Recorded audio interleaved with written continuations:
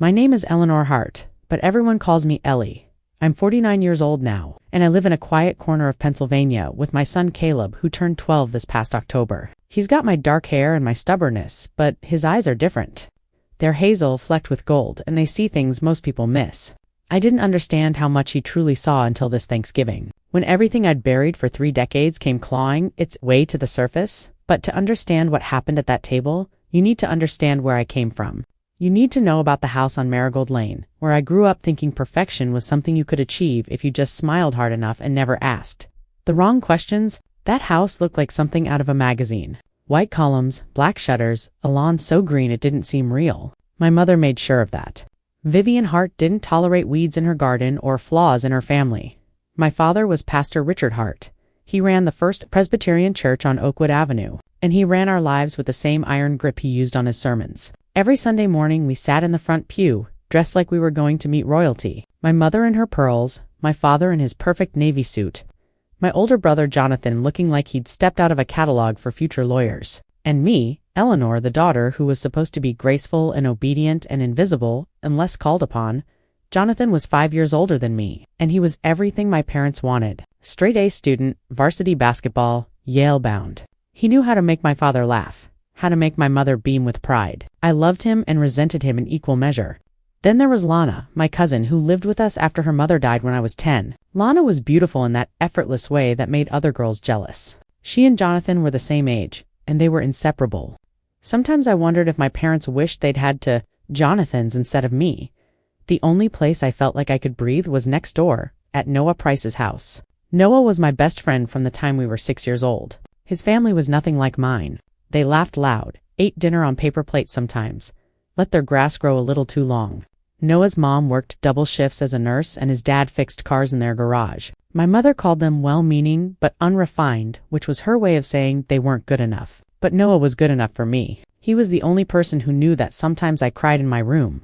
After my mother critiqued the way I held my fork or the way my hair fell across my shoulders growing up in that house meant learning to read the temperature of a room before you entered it. It meant knowing when to speak and when to disappear. It meant understanding that image was currency and shame was the worst debt you could carry. My parents believed in 2 absolutes. Family reputation is everything, and secrets should stay buried no matter the cost. I learned those lessons well. I learned them so well that when I was 16 years old and heard something I wasn't supposed to hear, I buried it so deep I almost convinced myself it never happened. It was November, 2 weeks before Thanksgiving. I came home early from school because I'd forgotten my biology textbook. The house was supposed to be empty, but when I walked through the front door, I heard voices coming from my father's study. The door was closed, but not all the way. I should have announced myself. I should have walked away. Instead, I stood there in the hallway, my backpack still on my shoulders, and I listened. My father's voice was low and angry. I'd never heard him sound like that before. Not even when Jonathan wrecked the car or when I failed that algebra test. This was different. This was rage wrapped in something that sounded like fear. And then I heard my mother, her voice sharp and desperate. They were talking about money. About a mistake? About someone who couldn't be trusted to keep quiet? I heard a name I didn't recognize. I heard my father say that some things were more important than truth, that the church couldn't survive a scandal, that we'd lose everything. I never found out what they were talking about that day. I backed away from that door and left the house as quietly as I'd entered. But something shifted in me. I started noticing things I'd ignored before. The way my parents' smiles never quite reached their eyes. The way certain topics made the air in the room go thin and cold. The way secrets hung in our house like dust particles you could only see when the light hit them just right. And I learned the most important lesson of all. In the Hart family, truth was negotiable, but image was sacred. I carried that knowledge into adulthood. I carried it through college, through my 20s, through the choices I made that led to Caleb, and I thought I'd escaped it. I thought I'd built something different for my son, something honest and real. But the thing about family secrets is they don't stay buried forever. They wait, they grow roots, and eventually, they break through the surface when you least expect it. I was 23 when Noah's family left Marigold Lane. It happened on a Tuesday in March, right after spring break.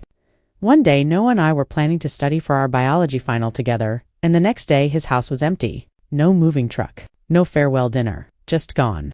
I stood on his front porch that afternoon, knocking on a door I knew no one would answer, and I felt something crack inside my chest that never quite healed. I asked my parents about it that night at dinner. My mother's fork paused halfway to her mouth just for a second, but I caught it. My father didn't look up from his plate. He just said that the Price family had found better opportunities elsewhere, and that it was probably for the best. When I pressed him, asked why Noah hadn't even said goodbye, my father's jaw tightened in that way that meant the conversation was over. But I'd heard them the night before. I'd been lying in bed, unable to sleep because of a chemistry test, when their voices drifted up through the floorboards. My bedroom was directly above my father's study, and if the house was quiet enough, sound traveled. My father's voice had been low and urgent. "She can never know, Vivian. Not now, not ever." My mother's response was sharper, brittle with panic. "If the truth comes out, Richard, it will destroy everything we've built. Everything." I'd pressed my ear against the hardwood floor, my heart hammering so loud I was sure they could hear it downstairs. And then I heard it, a name, Noah, just once, but clear as a bell. I didn't sleep that night. I kept replaying their words, trying to make sense of them, trying to understand what Noah could possibly have to do with secrets that could destroy my family. 2 days after the Prices left, I came home from school to find my father installing a new lock on the basement door. We'd never locked the basement before. It was just storage, old furniture and Christmas decorations and boxes of Jonathan's childhood trophies. But now my father was fitting a deadbolt into the wood, his movements precise and deliberate. When I asked him why, he said the foundation needed work, and he didn't want anyone going down there until it was safe. But his eyes didn't meet mine when he said it, and he pocketed the key like it was something precious or dangerous. I tried to let it go. I tried to focus on school, on getting into college, on becoming the version of myself that might finally make my parents proud. I went to Penn State. I studied English literature. I dated a boy named Evan Miller who was studying engineering and who looked at me like I was something worth protecting. For a while, I thought I'd escaped. I thought the strange, suffocating atmosphere of Marigold Lane was behind me. But some things follow you no matter how far you run. I was 19 and halfway through my sophomore year when I realized I was pregnant. I'd been feeling sick for weeks, exhausted in a way that sleep couldn't fix. Evan and I had been careful, or we thought we had been, but careful isn't the same as safe. When I saw those 2 pink lines on the test, I sat on the bathroom floor of my dorm and cried until I couldn't breathe. Not because I didn't want the baby. That was the strange part. Somewhere beneath the terror, there was something else. Something that felt almost like hope. Like maybe this tiny life inside me could be the thing that finally made me feel real. Feel tethered to something beyond my parents' expectations. Evan was supportive at first. He held my hand when I told him. He said we'd figure it out together. But as the weeks passed and my stomach started to swell, something shifted. He became distant, distracted. He stopped returning my calls as quickly. And then one day, 4 months into my pregnancy, he just vanished. His roommate said he'd transferred to a school in California. He didn't leave a note. He didn't leave a forwarding address. It was Noah all over again. Except this time I was carrying a piece of him inside me. My parents insisted I come home. They said I couldn't finish the semester. Couldn't let people see me like this. My mother's voice on the phone was cold and clipped. "No man wants a ruined girl, Eleanor. You've made your bed. Now you'll lie in it alone." My father was worse. When I walked through the door of the house on Marigold Lane, 6 months pregnant and exhausted, he looked at me like I'd committed murder. He made me swear not to tell anyone in town who the father was. He said Caleb would grow up never knowing his shame. As if shame was something you could inherit like eye color or a tendency toward freckles. When Caleb was born on a cold October morning, I held him and felt love so fierce it terrified me. He was perfect. Tiny fingers, dark hair, eyes that seemed to look right through me, even though I knew newborns couldn't really see yet. But my father refused to hold him. He stood in the doorway of my hospital room, looked at my son for exactly 3 seconds and walked away. My mother cried when she finally came to see us, and they weren't tears of joy. They were something else. Something that looked like grief or maybe fear. Jonathan visited once, stood at the foot of my bed with his hands in his pockets, and said, "It's bad enough you disappointed them. Ellie, now you'll disappoint him too." The only person who didn't make me feel like I'd ruined everything was Lana.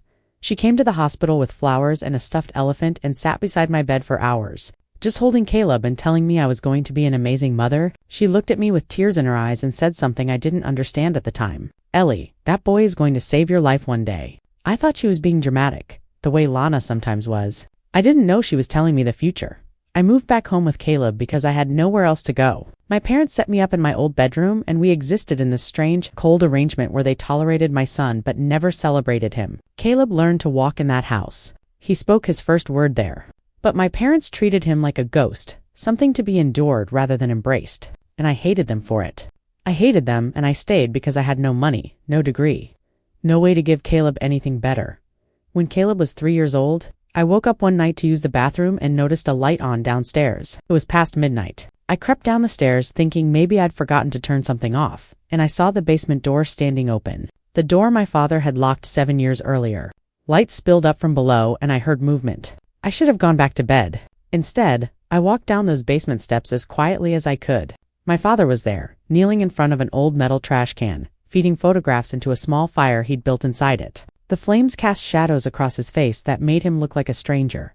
I watched him burn picture after picture, family photos, old church directories, things I couldn't quite make out in the dim light. And then I saw one that made my breath catch. It was me and Noah, maybe 15 years old, sitting on his porch swing. We were laughing at something, our heads thrown back, looking young and careless and happy. My father held it for a moment, staring at it with an expression I couldn't read. And then I saw it.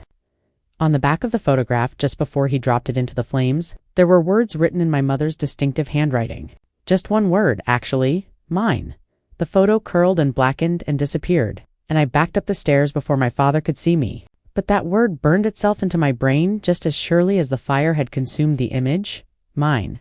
What did it mean? Why would my mother write that on a picture of me and Noah? I lay awake the rest of that night, and I couldn't shake the feeling that I was living in a house built on lies and somewhere beneath my feet. The foundation was starting to crack. Caleb was 10 years old when Noah Price walked back into my life. It was a Tuesday afternoon in September, and we were at the grocery store picking up ingredients for Caleb's birthday cake. He wanted chocolate with vanilla frosting, the same thing he asked for every year. I was comparing prices on cake mix when I felt someone watching us. You know that feeling when the air shifts and your skin prickles with awareness? I looked up and saw a man standing at the end of the aisle, staring at Caleb like he'd just witnessed something impossible. He was in his mid-40s. Dark hair starting to gray at the temples, wearing jeans and a flannel shirt that had seen better days. But it was his eyes that caught me. Nervous, haunted, like he was trying to decide whether to run toward us or away. When he realized I'd noticed him, he started walking closer. My hand instinctively went to Caleb's shoulder, pulling him nearer. The man stopped a few feet away, and his voice when he spoke was rough, like he hadn't used it in a while. "Ellie Hart?" I nodded slowly, my mind racing through possibilities. Was this someone from my past? A bill collector. Someone my parents had sent to check on me. He seemed to be gathering courage for something. "You grew up on Marigold Lane. Your parents are Vivian and Richard Hart." It wasn't a question. It was a statement, and it made my blood run cold. I felt Caleb tense under my hand. "Do I know you?" I asked, though something in my chest was already recognizing him. Pulling up memories I'd buried deep. He hesitated, glancing around the store like he was afraid someone might be listening. Then he leaned in slightly and whispered two words that stopped my heart. "My name is Noah Price, the boy from next door." My best friend who'd disappeared 26 years ago without a trace. I couldn't breathe. I couldn't move. This man looked nothing like the lanky teenager I'd known, but his eyes were the same. Green with flecks of brown, the kind of eyes that always seemed to be asking questions. Noah looked down at Caleb then. Really looked at him, and I watched his face change. He studied my son's features with an intensity that made me want to grab Caleb and run. The shape of his face, the way his hair fell across his forehead, the exact shade of his hazel eyes, and then Noah said something that made the fluorescent lights above us seem too bright and the air too thin. "Ellie, he looks exactly like me." I just grabbed Caleb's hand and pulled him away, abandoning our cart in the middle of the aisle. I heard Noah call after us, but I didn't stop. I didn't stop until we were in the car with the doors locked and my hands were shaking so badly. I could barely get the key in the ignition. Caleb was quiet on the drive home. Too quiet. Finally, he asked, "Mom, who was that man?" I told him it was nobody, just someone I used to know a long time ago. But Caleb was 10 years old and he'd inherited my ability to read the truth beneath the lies. He looked at me with those hazel eyes, those eyes that suddenly seemed to belong to a stranger's face, and said, he looked at me like he knew me. I didn't have an answer for that. I didn't have an answer for anything. 2 days later, I was leaving work when I saw Noah waiting by my car. My first instinct was to go back inside, to call security, to do anything but face him. But something in his posture stopped me. He wasn't threatening. He looked almost broken, like standing there had taken every ounce of courage he possessed. I walked toward him slowly, my keys clutched between my fingers like a weapon. Noah held up his hands in a gesture of peace. "I just need 2 minutes, he said. "Then I'll disappear again, if that's what you want."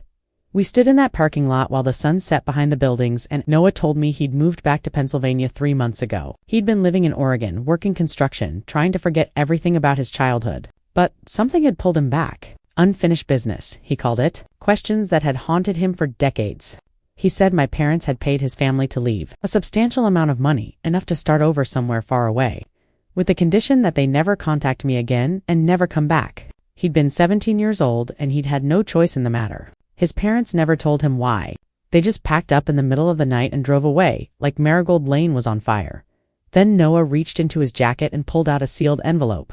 The kind you might use for important documents. "Your parents lied to you," he said, pressing it into my hands, "and they lied to me. The truth is in here. I've spent 26 years trying to understand what happened, and I finally found some answers. You deserve to know." I stared at that envelope like it might explode. "What kind of truth?" I asked. But Noah was already backing away toward his truck. "Read it," he said. "Read it, and then decide if you want to talk to me again. If you don't, I'll respect that. But Ellie, that boy, your son? He deserves to know where he comes from." I drove home with that envelope burning a hole in my passenger seat. I didn't open it. Not that night. I hid it in my dresser drawer, the one with a lock I'd installed years ago to keep my mother from snooping through my things when she visited. I told myself I'd open it when I was ready. When Caleb was at school, when I felt strong enough to handle whatever was inside, but the next morning when I went to retrieve it, the envelope was gone. In its place was a note written on my mother's personal stationery, the kind with her monogram embossed at the top. "Let sleeping things lie." That was all it said. 4 words in her perfect cursive handwriting. I tore through that drawer. I searched my entire room. The envelope had vanished. My mother had somehow gotten into my locked drawer and stolen it and replaced it with a warning. I called her immediately, my hands shaking with rage. She answered on the 3rd ring, her voice calm and pleasant, like we were just having a normal conversation. "Hello, darling." I didn't bother with pleasantries. "What did you do?" I demanded. "What was in that envelope?" There was a pause, and then she sighed like I was being unnecessarily dramatic. "Some doors are meant to stay closed, Eleanor. That man has no place in your life or in Caleb's. Whatever he told you is a lie designed to hurt this family." I wanted to scream. I wanted to drive to Marigold Lane and tear that house apart until I found what they'd been hiding all these years. But I didn't. Because somewhere, deep down, I was afraid. Afraid that opening that door would destroy everything I thought I knew about myself. The weeks crawled by. Halloween came and went. November arrived with cold rain and gray skies. And then came the invitation, delivered by my mother in person with that smile that never quite reached her eyes. Thanksgiving at the house on Marigold Lane. The whole family would be there. Jonathan and his wife Emily. Lana, Pastor Annette, my mother's closest friend from church, and of course me and Caleb. It wasn't really an invitation. It was a summons. We both knew I couldn't refuse without causing a scene that would ripple through our small town for months. Thanksgiving Day arrived, cold and bright. I dressed Caleb in the nice sweater I'd bought him for the occasion, and I put on a smile I didn't feel. We drove to Marigold Lane in silence, past houses decorated with fall wreaths and cornucopias, past the park where Noah and I used to play as kids. The house looked the same as it always had, perfect, immaculate, hiding everything ugly beneath a beautiful surface. My mother answered the door in her pearls and her practiced smile. My father stood in the foyer like a guard at the gate. Jonathan was already there with Emily, and Lana gave me a hug that lasted a beat too long. Like she was trying to warn me about something. Dinner felt like walking into a trap. We sat around the table that had hosted countless holiday meals, and the tension was thick enough to choke on. Pastor Annette said grace in her solemn voice, asking God to bless this family and protect it from those who would seek to harm it. I felt Caleb shift in his chair beside me. The food was passed in near silence, turkey and stuffing and cranberry sauce that nobody seemed to be tasting. My mother made small talk about church fundraisers. My father ate without looking up from his plate. And then Jonathan, my golden brother, who'd never met a moment he couldn't make worse, set down his wineglass and looked at me with something cruel glittering in his eyes. "So, Ellie," he said loudly enough for everyone to hear. "Caleb's 12 now. Still no idea who his father is?" The table went silent. Forks stopped moving. My mother hissed his name like a curse. Jonathan. But she didn't deny what he'd implied. She didn't defend me or Caleb. My father's face had gone red, and his hand was trembling around his glass. He slammed it down hard enough to make the dishes rattle. "That boy," he said, pointing at my son with a finger that shook with rage, or maybe fear, "is a bastard." He spat the word like poison. The room froze. I heard Pastor Annette gasp. Emily looked down at her lap. Lana's eyes were wide with horror, but all I could see was Caleb, my 12-year-old son, sitting perfectly still in his chair, his fork clattering onto his plate. I stood up so fast, my chair tipped backward and hit the floor with a crash. "How dare you?" I started, my voice breaking. "How dare you speak to him like that? He's your grandson. He's a child." But my mother cut me off, her voice sharp as glass. "He's not a heart, Ellie. He never was." Everything in me wanted to grab Caleb and run. To get him away from these people who'd made us feel like shame was something we wore on our skin, I was shaking with fury and humiliation and a terror I couldn't name. But when I turned to my son, expecting to see tears or fear or that look kids get when the adults in their lives fail them completely, I saw something else. Caleb wasn't crying. He was staring at my parents with a clarity that seemed impossible for someone his age. Like he was seeing them, really seeing them for the first time. And then he spoke. His voice calm and steady and so eerily adult it made the hair on my arms stand up. "Grandpa," he said, and the word hung in the air like an accusation. "If I'm not a heart, then why do you have pictures of me in your basement? Pictures taken before I was even born." My father's face drained of color so fast I thought he might collapse. My mother's fork slipped from her fingers and clattered against her plate, the sound impossibly loud in the sudden silence. But it was Pastor Annette who spoke first, her voice barely a whisper, trembling with something that sounded like dread. "It's happening again." Those 3 words hung in the air like smoke, and I felt the ground shift beneath my feet. Again? What did she mean again? I grabbed Caleb's hand, pulling him closer to me, feeling his pulse racing under my fingers. "What pictures?" I demanded, looking between my son and my parents. "What were you doing in the basement?" Caleb's voice was steady, but I could hear the fear underneath. "There's a box under the stairs, Mom. I found it last time we were here. When Grandpa sent me down to get the folding chairs for dinner, it had pictures of a baby who looks exactly like me. Same hair, same eyes, everything. But the dates on the back said 1997. I wasn't born until 2011. My mind was spinning, trying to make sense of what he was saying. A baby from 14 years before Caleb was born who looked just like him. That was impossible. Babies look like babies. Unless Jonathan shot to his feet so violently his chair scraped across the hardwood floor. "You weren't supposed to see that?" he hissed, and his voice had an edge of panic I'd never heard before. He wasn't talking to me. He was talking to Caleb, and his eyes were wild with something between rage and fear. My father roared, standing up with such force the table shook. "You had one job, Jonathan? One simple task, and you couldn't even manage that." The careful control he always maintained, that pastoral composure, shattered completely. This was a man whose secret had just been dragged into the light, and he was watching his carefully constructed world crumble. Everyone started shouting at once. My mother's voice high and shrill, Jonathan defensive and angry, my father bellowing orders that nobody was following. Emily sat frozen in her chair, her face pale as paper. Only Lana moved, grabbing my arm hard enough to bruise. "Ellie," she whispered urgently in my ear, "you need to run. Now, take Caleb and get out of this house." But I couldn't move. I was rooted to the spot, watching my family implode, trying to understand what was happening. And then Caleb spoke again, and his words cut through the chaos like a knife through flesh. "Mom," he said, his voice small and scared and so much older than 12. "Noah Price says he's my father." The room went dead silent. Every person at that table turned to look at my son, and I saw guilt written across every single face. Not surprise, not confusion, guilt. My mother's hand went to her throat, clutching at her pearls like they might save her. She whispered, "He wasn't supposed to tell you." My father's jaw worked soundlessly for a moment before he managed. "We ended that story years ago," Jonathan muttered under his breath. "We took care of it, and Emily." Sweet Emily, who I'd always thought was just an innocent bystander to my family's dysfunction, said something that made my blood run cold. "Oh my God, it's happening just like last time." I stepped backward, pulling Caleb with me, putting distance between us and these people who suddenly felt like strangers. "What last time?" I shouted. "What are you talking about? What story did you end? What did you take care of?"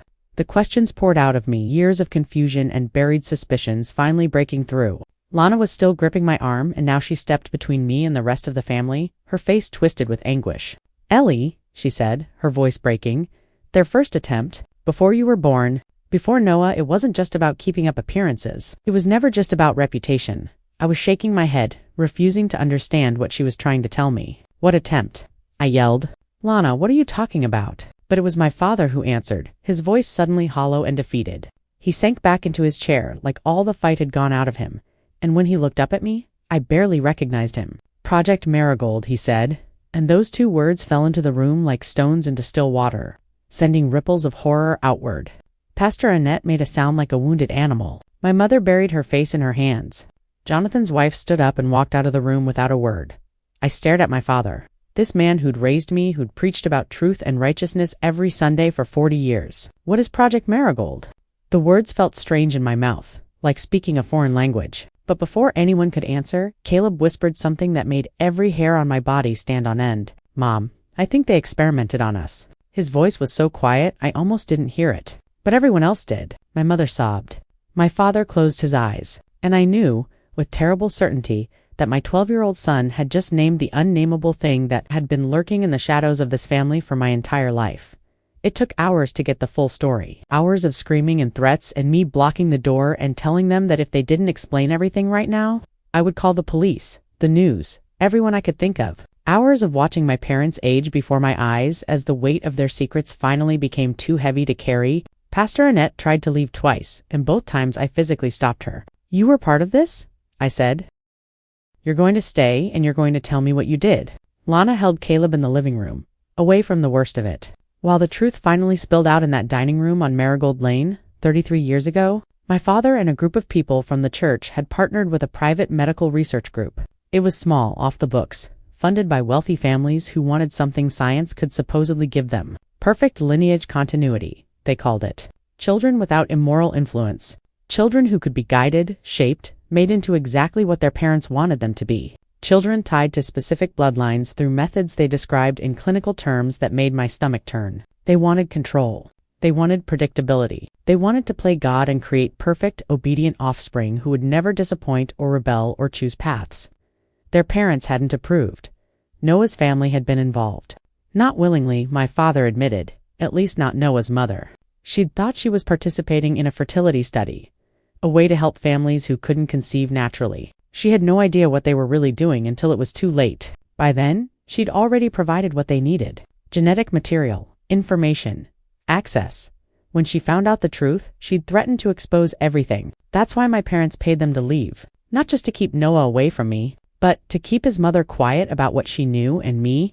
I had been part of the first cycle. They used words like optimization and genetic guidance and behavioral conditioning. But what they meant was that I had been altered before. I was even born, selected, modified.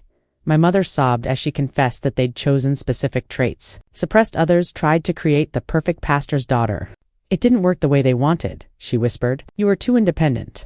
Too questioning. You wouldn't accept what we told you without pushing back. By the time you were 16, we knew the project had failed. You weren't the daughter we'd designed."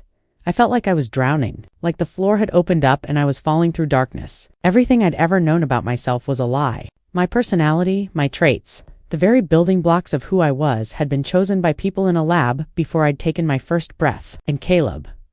When I asked about Caleb, my father's face hardened. "We tried again," he said simply. "When you came home pregnant, we saw an opportunity. You said the father had left. You were vulnerable, desperate for help." My mother cut in, her voice defensive.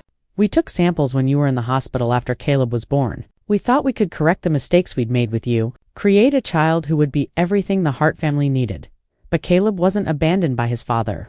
The man I'd known as Evan Miller had been paid to approach me, to court me, to get me pregnant. He wasn't a college student. He was part of the program, and when his job was done, he disappeared. And Caleb's appearance, the way he looked exactly like Noah, that wasn't an accident. Noah's genetic material had been part of the original study. They'd kept it all these years. They'd used it to create my son, engineering him to be the pairing they'd always wanted. The perfect combination they'd tried to achieve before I'd been born. Caleb was never my disgrace or my mistake. He was their second attempt, their experiment, their goal. My mother reached for me across the table, tears streaming down her face. "We just wanted to fix what you ruined," she said. Like that explanation would make any of this acceptable. Like creating human beings in a laboratory to satisfy their need for control was somehow an act of love. I grabbed Caleb's hand and stood up, pulling him toward the door. We were leaving. We were getting out of this house of horrors and never coming back. My father chased us to the porch, his voice desperate and commanding. "He belongs to us, Eleanor. We made him. He's our property, our investment, our legacy." That's when Caleb stopped. He turned around on those porch steps. My 12-year-old son who'd just learned that his entire existence was the result of an illegal experiment. And he looked at the man who should have been his grandfather with eyes that held no fear, only clarity. "No," he said, his voice ringing out clear and strong in the cold November air. "I belong to the truth." I grabbed his hand and we ran to the car, my hands shaking so badly I could barely get the key in the ignition.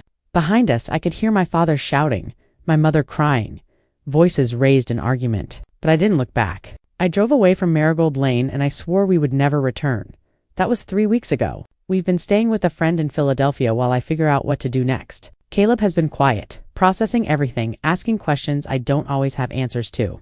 We found Noah. He's been helping us understand what happened, filling in the gaps in the story. He didn't know about Caleb, didn't know they'd used his genetic material to create my son. But he's been kind and patient and everything a father should be. We're taking it slow, learning who each other is, building something real from the wreckage of lies. Last week, a box arrived on my doorstep.